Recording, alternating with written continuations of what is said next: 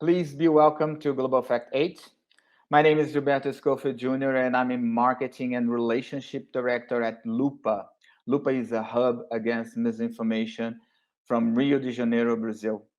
I want to say that I'm very, very happy to be here with four people I admire personally to talk about a topic that I do believe is very important, fact-checking as a product. Why can't we sell it?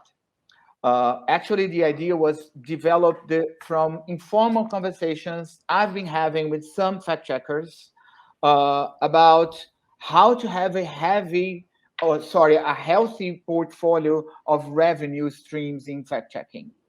Almost all complain about being extremely dependent to one single source of revenue, be it a grant from an institution that exists to help media initiatives or partnership with social media platforms, 3PFC style. So they are very uncomfortable with this dependency. And that's why we decided to bring this topic to the table. So let me introduce our guests, okay? I made just a small bio from everybody. So we have here Patricia Torres-Burd. I don't know if I said correctly. Managing Director of Media Advisory Services, whose role is to support Media Development Investment Fund, which I pretty know everybody knows. Global investments. Her team provides specialist advice and assistance to help clients maximize the impact of the fund's financing in supporting independent media, focusing on sustainable operation, which means everything to do what we're going to talk about here. James Breiner, a friend of mine, is board member of SembraMedia and a bilingual consultant, English to Spanish. He speaks Spanish better than I, on digital journalism and newsroom leadership with 3 decades of experience on the editorial and business sides of newspapers. His specialty is entrepreneurial journalism or new financial models for digital media. Giovanni Zagni, I don't know if I said correctly, is the director of the Italian fact-checking projects Pagella, Politica, and Facta.news. He served as a member of the monitoring unit on disinformation around COVID-19 established by the Italian government in 2020, and he is a member of the executive board of the European Digital Media Observatory. Rahul Namboori, co-founder and editorial head at Indian fact checker Crescendo. I don't know, do you say Crescendo or Crescendo? Yeah. Anyway, it is an independent digital news platform and has a separate dedicated team solely working for fact-checking news claims. They fact-check and debunk in 13 languages and dialects. Okay, that's the challenge of the guy. Okay, I want to begin by saying that Lupa itself evolved from a newswire agency specialized in selling fact-checked content to other media outlets in 2015, okay, when we were born. To become a hub against misinformation is still selling fact-checking content, of course, but also working with partnership with social media platforms and managing media literacy projects. We launched a membership program and we are looking for sponsorship to our newsletter and podcast, which we consider pretty much fact-checking products. That's good, but it's still not enough. That's my feeling, at least. So without further ado, my first question goes to James Breiner. James, you have a website about entrepreneurial journalism, which I think is the new normal as we see less and less traditional newsroom and more like personal or collective initiatives in journalism, right? So which are the recommendations about revenue streams and business models you can give us about sustainability in fact-checking? Well, thank you, Gilbert. First of all, I think that to try to answer your question, I have some questions for the panelists, but really for everybody out there in the audience who's interested in fact-checking. And I'd like you to think of this digital media world that you're working in as a marketplace. It's a marketplace of information that's subject to the laws of supply and demand. And I know many of you may cringe at that word marketplace. You probably think of yourselves as a public service, not as a business, but you are a business. And in this marketplace of information, you have a product and you're competing for two things. You're competing for attention of people, and you're also competing for financial support from various people with money. And the title of this panel is, why can't we sell it? Well, I think you have to answer a couple of basic questions. And they're all three of these are related, these three basic questions. So who are your customers? Well, there isn't just one type. Gilberto suggested that there's various sources that they're using at Agência. So there are different groups. There can be the consumers of the information and then the donors. The second question is there really a demand for the product that you're producing? You think there's a demand. We're journalists. We think there's a demand for what we do, but really, is there a demand for what you are producing? Do you really know what your potential customers want? And then thirdly, how can you create products that people will actually value and then get them to pay for it? So what do we mean by who are your customers? Well, you might think of your target market as everybody in society, because everybody can benefit from trustworthy, reliable information. But really, there's many different segments for your content based on population, various segments of the population, income levels, geography, races, ethnicities, languages, and so on. And then that's on the consumer side, the demand side. And then there's another potential group of customers, and that's the people who are donors. Those are the NGOs, the nonprofits, the foundations. And there's actually two groups of those who are within your country and those that are outside your country. Okay, so the second question is, what do we mean by, what do customers need and what do they want and what do they value? So this is, do you really know what they demand? So it's a process of finding out what's really on their minds. What do they really care about? What do they need? You need to ask them. You need to interview them. Then you need to test various products in the media marketplace. Don't assume that you know what people want. You have to ask them. You need to find out. So research is fundamental. Research is fundamental, absolutely. So another way of framing the question I just heard the other day is ask people what they're passionate about. Irene McKisson of Arizona Luminario likes to say, ask people, what would you carry a sign for? What would you be willing to demonstrate for? So if all you're doing is fact-checking the political class, I think you're missing the boat, because the political class, they talk among each other, they insult each other, they're making their own declarations. And I think if you're not going beyond what the political class is saying, I think you're making a big mistake. You're missing a lot of potential market. And finally, the last thing is, what do I mean by how can you create products that your customers value? Well, as Gilberto said, it's a process of research. And then I know I'm very familiar with all the experimentation that Agência did. And so you build something or you create something, you put it out there, you test it, you modify it, and then you try again. So it's a process.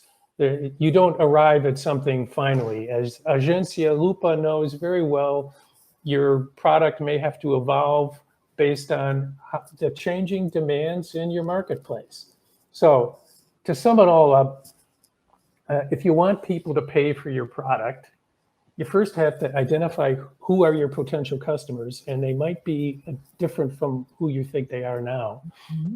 And then find out what they really want and need. This is basic marketing. I don't want to insult anybody, marketing experts, but this is basic marketing. And then you need to create products that you think they need and experiment. It's a process of trial and error. This is an important public service. There's a huge demand. One of the things on your side is there's a huge demand in the marketplace for trustworthy, reliable information. And if you can be the supplier of that scarce product, you can find customers willing to pay. And that's all I had, Gilberto. Okay, but let me tell you something. To having journalists with the product-oriented mind is very difficult to find, because you have to change a key in your head in order to think about what you're doing, and not as much as journalists with public interest, but also a product. So that's what we're trying to do at Lupa, and it's pretty much difficult. Well, let's continue to Giovanni. Giovanni, from a survey conducted of 30 fact-checking organizations by Poynter Institute in 2015, one of the conclusions is that most fund a majority of their operations through grants from foundations, and more recently, foundations and institutions, and more recently, they rely, some of them totally, on 3 PFC programs. I don't think it changed a lot from 2015 to now. And what I want to know from you, is that a concern for you? How do you think it can change? And I'm asking you because you told me that this is something that you've been thinking about for some time right now. So what's your impressions? Yes, thank you. Thank you very much, Gilberto. And it is a big concern, and it is something that we at Pagella have been thinking about a lot in the past few years. But I would like to start with looking at the bright side of still having this problem, because I think that compared to a lot of traditional media, what distinguishes fact-checking is that today it is mainly made, and I'm talking mainly from my perspective, but I think it is pretty common out there. We are mainly talking about young and small, even newsrooms. So in some sense, projects that are in the phase of growth. And also, on the other hand, we are at the center of one of the hottest topics on everybody's agenda, that is disinformation and everything that comes with that. So I feel like we, and I talk mainly from my perspective, which is one of a journalist. I think that we are, in some sense, the lucky ones among the unlucky ones today. And the unlucky ones today are generally the ones that work in media and journalism, because the media industry, as everybody knows, is in the middle of a huge upheaval of its old business models, its old way of doing business. And so the thing I've been thinking about is that we are granted a kind of super long grace period where we have time to build what will happen when our main lifelines will stop. And that's something extremely lucky that not everybody has in the media industry, definitely. So my idea, and again, I've been thinking about that for a long time, is in some sense has a lot of to do with what James was saying before. So we have to identify what are the strong points of what we have to offer. And one of the strongest things, I think, is that fact-checking has a very strong mission. It is extremely clear what it wants to do. And it is also extremely clear who could be interested in that. For example, if we talk about political fact-checking, you are talking with people that usually are interested in politics and are passionate about politics. And you have the opportunity of offering them and presenting them during these years of grace periods that we are going through a very well written and very well done product. So my idea is that for fact checkers, one of the easiest thing that one of the most normal things that they can do is to build a strong community around their project. And that is something that is actually not easy, not at all. For example, I'm talking about my experience. It is extremely difficult in some sense to open up to the audience and to be attentive towards what they need, what they want, their feedback, because of course it's time consuming. You have to go through a lot of noise. But if at the end of the day you're able to build a strong community, which is something that, for example, at Pagella, we still have a lot of work to do in order to do that, then we can, in some sense, leverage on having built a very good community. And that's the end point of my thoughts in the past couple of years. For example, go for a membership program, but not something that is just a side project, something that is over there and it's cool to have. It's fine to have like a few hundreds or few thousand people that are really engaged. But from a business perspective, use that as a way of diversifying your business together, for example, and that is something that I'm trying to build in the next few months, together with the grant, the grants that could come our way, or the partnership with social media. So you need to have kind of different pillars, and one of them, and one of the strongest in the long term, I think, is the membership program.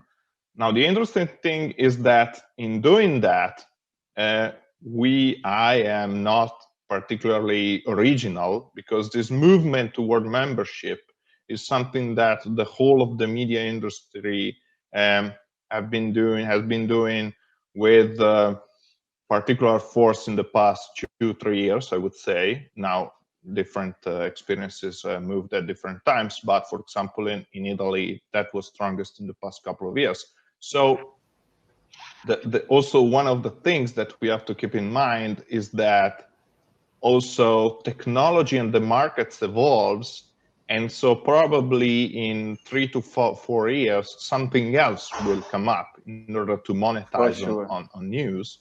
And we'll have to, in some sense, adapt and add another pillar. So to conclude, as James was talking about marketing basics, the basics of marketing, then I would say that one of the basic things that we have to do is to diversify, as in finance. So one of the basic things they tell you to do when you go to the bank is you do not have all your investments only on Bitcoin. Well, Bitcoin is kind of the craziest option, but not even on government bonds, right? In order to take the best of the market, you have to really invest in different things. And now the big pillar I'll try to invest in the next few months will be in the membership one. That's great. You're talking about the privilege of working with misinformation and disinformation in this new era of disinformation that we're living right now everywhere. It's a planetary phenomena. But also, I'd like to say that this is heaven and hell for fact checkers, because it depends on where you're working with fact checking, depending on the government that is trying to either make you relevant, either kill you completely. And so this is part of the question that I want to make to Rahul from India, a huge, sophisticated, complicated country with these 100 zillion dialects and languages for starters. But anyway, when we talk, I want to say, Rahul, is when we talk about diversifying revenue, as James said, it's absolutely important to know the importance of understanding your marketplace and its economics and social political challenges. But, well, especially regarding social political challenges, I would like to say, I would like to include in this question some attempts from governments to just stop fact checkers, not only as a journalism gender, but also as a business. both by the use of law, but also financial strangling the outlets. We have a lot of examples that what's going on around the world regarding this. So what I want to know is from you that lives in an environment that I would not say that it's very easy, how readers and other stakeholders can help fact checkers survive in this environment. So thank you, Gilberto. And your question itself has three questions to it. So, so like James said, understanding the marketplace. So when we talk about India, it's a completely different, game altogether. So the first thing that I would like to talk about is economic and socio-political challenges. So unlike other countries, India is not a monolingual country. There are 28 states and 8 union territories, and all of these, states and union territories have a different language, mostly different language. So, for any organization that wants to have the pan-India presence or who wants to cater to the entire, nation, will have to have teams in all these languages. So certainly, having that kind of resources will add on to expenses. Uh, we've been working in 9 languages in India, and we still have too much population to reach out to. So it is not certainly easy operation wise or money wise. The second thing is talking about religiously pluralistic and multi-ethnic democracy. So just to give you all a perspective, like we talked about India, uh, there are 1 billion Hindus, that is the majority population, 172 million Muslims, 28 million Christians, and 21 million Sikhs in India. Such huge numbers are way bigger than the total population of various European countries. So misinformation, which is tinged with communal overtones, is a one big challenge that we face here. India often seems like a collection of distinct countries due to cultural and linguistic differences between states. So, having said all this, we do have very cheap internet data in India, and easy, mobile devices are easily available. But still, there is a very large number of population in this country that have no presence on social media. So, as a fact-checking company or as an organization, for us, being the digital company, it is also a challenge to reach out to the offline audiences. So that again is one challenge. Now, the second question was about government. As Gilberto said, to stop fact checkers. It is not only fact checkers, or I can't put it as like stopping someone, but yes, it is in infancy. It is in the starting stage of building. Policies around digital platform. So recently, Government of India has implemented the digital media ethics rules. So the rules seek to regulate social media intermediaries such as Google, Facebook, WhatsApp, Twitter, but also digital media, companies who are producing digital media content, including OTT and other platforms. What they say is because the print media or the television comes under certain regulatory bodies. So for digital platforms, they need to create. This is a new regulatory framework that is being created now. It itself is a challenge because it has been challenged in courts also by notable journalists and experts in India. They have argued that these guidelines will undermine the digital media.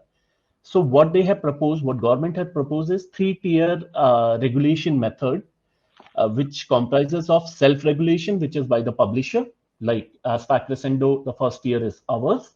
Second, would be a SRB, which is self-regulatory body. So a digital company will have to be part of that body. And the third would be a government committee, which will sit on top of the pyramid. So on top, it is the government committee. On bottom, it is the publisher. In the mid, there is a SRB. And, it is also the news, publishers will have to have a grievance officer. So now that's an added cost to the companies.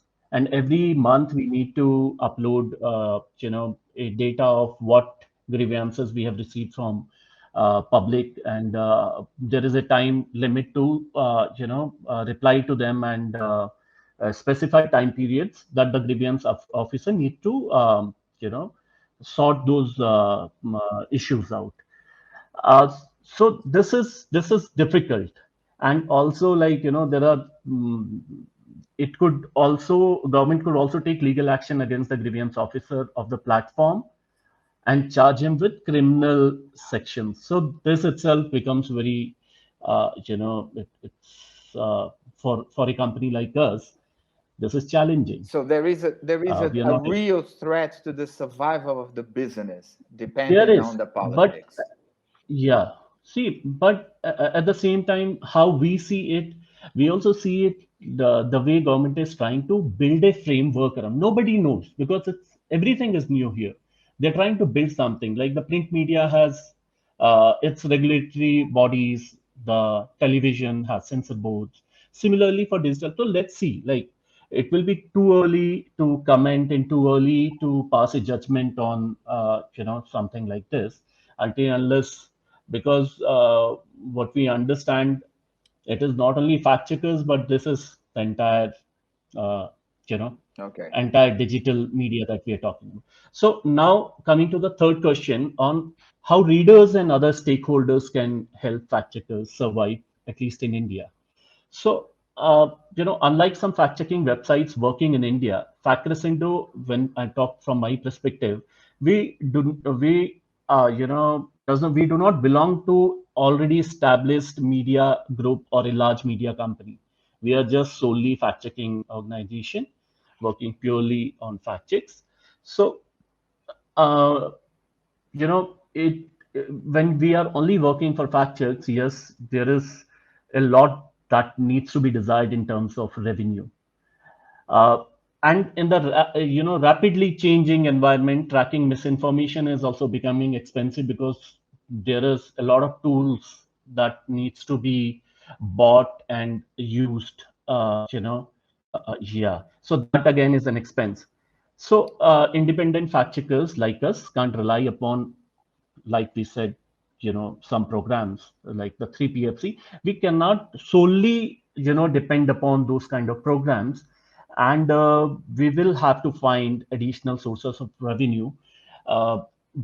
Here comes, because we are building an entire system, an ecosystem built by the fact checkers all across the world, and this needs support. This needs supports from the platforms where misinformation gets propagated. So that is very crucial. So, I don't know, I would want this opportunity to speak from this platform to other social media companies to support fact checkers in whichever way possible. Also, currently, majority of companies involved in fact checking in India depend heavily on philanthropic contributions, commercial contracts with large technological companies, media partnership, and traffic through ads. But when I talk about traffic through ads, fact checkers does not have a wide variety of audience. The audience is limited because we are just producing fact checks. So I would like to quote Bill, the creator of PolitiFact. He said the root of the problem is that fact checking is good public in the industry, which is still trying to figure out its business model. We all are still, at least here, we are trying to figure out business model, because we've seen subscription based model does not work in India. They are not a successful model in India.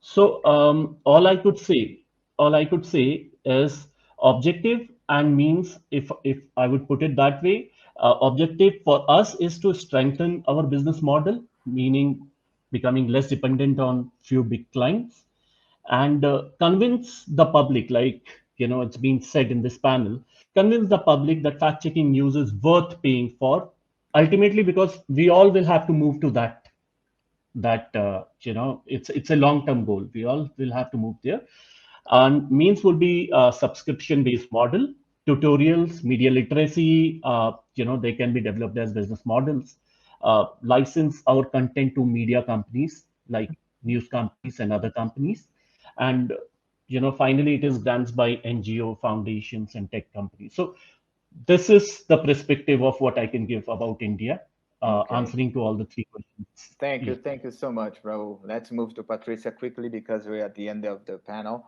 Patricia, you and MDIF do not provide grants, I know, unless for the membership in News Fund, right? And but you rather invest, right? Yeah. However, some of the critical milestones for sustainable efforts are critical to both media, grantors, and investors, right? What are your suggestions to make fact-checking more sustainable? And is it a journalistic genre for the professionals to make products and sell? That's what I'm telling, to change the mind of the journalists to start thinking about creating products from fact-checking. Yes. I mean, I think everything that James said and Giovanni and Rahul is spot on. This entire session that I've listened to is literally a case study on what you need to do. And I think if I can add to what James said is really be able to understand what your value proposition is, and that is going to help you in terms of being able to gain members as Gianni is planning on doing. It's going to help you with your subscribers. I know, Gilberto, you've got 11,000 subscribers to your newsletters, and you're constantly talking to them and A/B testing and really explaining to them what you do and why you need their support and how you do it. And I think to Giovanni's point, it takes an incredible amount of time and effort. It isn't just you're going to put up a paywall and get a subscription, or you're going to put up a member page and get a lot of members. It's a lot of added work. At MDIF, we don't particularly have an organization that only does fact checking right now, but I will tell you that fact checking is a part of many of the organizations that we do fund. And I mentioned that because I think to Rahul's point and James's point, you have to have different verticals, and there's got to be something else that will pay for what your mission is, so that you can be sustainable. And that's not applicable in all media. I understand it's not applicable in all countries. I'm being very general in what I'm saying. But, thinking that the consumer is out there to consume your product, as James was explaining to us, is really vital. Because if you can identify what type of fact checking people are looking for, you may be able to add to your product offer of what they're doing. So you may find that you might be able to get corporate subscriptions or corporate support because they're looking for a specific kind of fact checking and evaluation on maybe the economics, what's happening in the country, political, what may be happening. You may be able to find a way to really engage people, because health is something that is universal and we're all looking for. So if there is a great amount of fact checking and disinformation clearing of what's happening with health, especially right now, you may be able to grow your audience. And it goes back to really understanding who that audience is, where they are. And what I often find is, and James, I don't know if you agree with this, is that when media organizations or journalists begin thinking this way, often the magic happens. They find other ideas for products or things that their consumers are looking for that they might not have considered in the past. Within the vertical of fact checking, I am in no way telling you to start selling lipstick, gentlemen. I am saying, just listen to your audience. So in terms of what we do at MDIF, we focus only on sustainability. And our goal is to very much support the media organizations that we work with in order for them to be sustainable. And we do that through low interest financing, or depending on the stage of the company, we do get involved as a shareholder. What I thought was brilliant about what the three gentlemen before me speaking said is that if every media organization could talk about what they do and how they do it to possible investors and donors, I think that would serve a lot. James gave a perfect example on how to present your organization, and so did Rahul, either to a donor or to a financer. And I think I will go as far to say is that you want to explain those same things to your audience. Your audience needs to really understand why should they pay to become a member of Agência Lupa. And maybe I just want to support you because I believe that what you're doing is fantastic. Or maybe I'm the kind of person that really wants to get involved and talk to you all the time. And there's going to be those kind of different people that you need to be ready for, which is a lot of hard work. Okay, thank you. We have the feeling that some members want just to help us and not be engaged in anything, and other members really want to engage in everything. So that's the experience that we're having right now. But anyway, let's move to the questions. We have some questions here, and I will ask you to try to answer in 1 minute if it's possible. But anyway, well, the first question, the questions are for everybody, so just jump in if you have the answer in your head, right? So the first one is, anyone here has experience with events as an income stream before COVID? What can you say about it? That's not the case of Lupa. I don't know if Pagella or Fact, no? I do know of a couple of organizations that are actually hosting seminars on fact checking, and they're teaching other people to be fact checkers. So that may be a way to do this. And yes, and a number of the organizations that I've seen, they sell sponsorships and they sell admission tickets, and there's a lot of different ways you can monetize that. But I think probably the most important thing about an event is that you get face-to-face with your potential users, either donors, individual donors, or potential sponsors. And when you get face-to-face with them, you could really find out what they want and need. And so there's value to you that you can then turn into new products. Okay. Here in Lupa, we also work with the workshops and seminars, but they are part of our media literacy struggles and trying to, make things clear in terms of misinformation. It's not an event itself, as we say, like an award, for example, to try to create an award on fact checking. That would be nice. We're thinking about it. But anyway, we need to think it carefully to know how we're gonna make money from this, because we have producing events are very costly. So anyway, another question: as an industry, is it possible to sell our product fact checks to organizations without getting compromised? Already publics in East Africa are not convinced we are good, since fact checkers are funded by the same platforms where we get the fact-checking content, rising doubt about on our independence. So that's the conflict of being a marketeer and being a journalist, and how you separate those things and transmit a message that you were independent, right? I think radical transparency. If you open up your books and say, okay, this is where we're getting our money, this is how we're spending our money, these are the organizations that are sponsoring us, these are the people who are working in our organization, here's their biographies, here's how to contact us. I think if you're really transparent, you can get past, you can improve your credibility and win sponsors. And that would be my one recommendation. Okay. I think it's also a great way. I'm sorry. I was going to say it's also a great way, to James's point, to start that conversation with someone, because they'll feel heard. They'll say, oh, okay, he answered me. And I think that gets a lot of value. Okay. The last one: considering that the problem of misinformation is deep in low-income countries, it does not seem possible for us to sell services to these people. In this context, who might our customers be other than the news customers?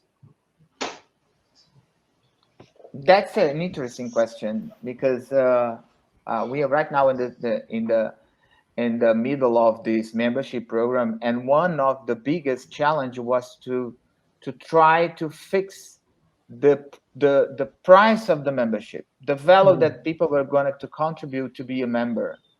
And we made this research, and just like 10% said that it was too expensive, and it was not even $2. But anyway, we were working on this because it seems that price is also important. The thing that I suggest is that you try, for example, project management. Project management became something very important here in Brazil in terms of journalism.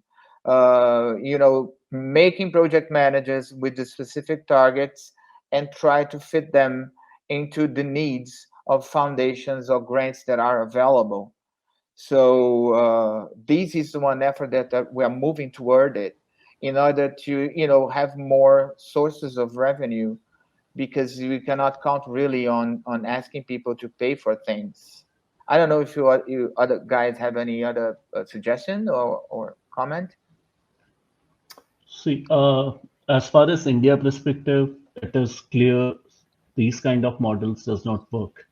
Yes. Putting a price, a monthly price, it does not work. So as I said, we will have to it depends country to country, and here we'll have to devise something. We are working on it, and we'll have to, really, be it corporates or every time there is a but in every model you choose, and those loopholes needs to be closed first, because independent, unbiased, and these are the core elements of fact checking. You really can't be. So we are working on it, and as soon as something, a model which is successful, that uh, you know that would be out, and if someone has a successful model, any one of us will be happy to try that To out. listen. Well, one of the El Diario.es in Spain, they have a program where you can pay what you want. So you can pay nothing if you don't have enough money. You can become a member, or you can pay, or they suggest another amount. Giovanni, I'm wondering what kind of thoughts you had on pricing. Well, that's a very good question, because you have to set a price that is not too high, and on the other hand, it has to be a price that it makes the thing worth it in some sense. So we have some ideas, and I think I have a number in mind, but still with that number, it will take us probably 2 to 3 years with a reasonable growth of the audience to make that economically interesting. Otherwise, it will just be a small revenue stream. And also, I'm perfectly aware that that is not something that is feasible for every news outlet, and not every news outlet is successful in doing that. I read somewhere that in Los Angeles, there are more people that subscribe to the New York Times than to the Los Angeles Times. So probably for the Los Angeles Times, is not even that is good enough to have a feasible revenue stream. So. Okay, people, thank you very much. Sorry for interrupting, but I need, people are telling in my ear right now, close this. Okay, that's all, guys. Thank you very much for following us in this discussion. Thank you for our guests, wonderful guests, and also all the best for you. Ciao. Ciao. Ciao. Thank you. Ciao. Bye. Take care. Bye.